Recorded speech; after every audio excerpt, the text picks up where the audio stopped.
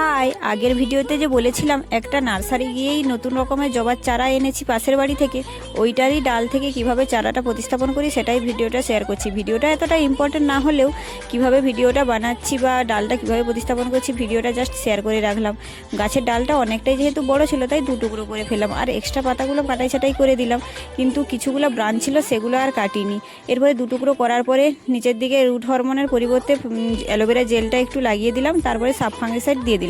কারণ sub fungicide না দিলে যদি কোনো পোকামাকড় থাকে বা কিছু জীবাণু থাকে তাহলে তো অ্যাটাক করে গাছের ডালটা নষ্ট করে দেবে, এর জন্য একটু সাব ফাঙ্গিসাইড দিয়ে দিলাম। এরপরে বালি মাটি তো আগে থেকে রেডি করাই ছিল, একটা ডাল অলরেডি বসানো ছিল টবে, ওইখানেই যেহেতু এক্সট্রা জায়গা ছিল ওইখানেই একটু গর্ত করে 2টো ডাল বসিয়ে দিলাম। এরপরে দেখা যাক কবে রুট বেরায়। ডালটা যদি না বাঁচে তাহলে ওদের বাড়িতে বলে রেখে এসেছি যদি ডাল না বাঁচে আবার কিন্তু আনতে যাব, দেখা যাক বাঁচে কিনা। আর যদি বেঁচে যায় অবশ্যই শেয়ার করব। ভিডিওটা ভালো লাগলে অবশ্যই সাবস্ক্রাইব করে দিন। রাধে।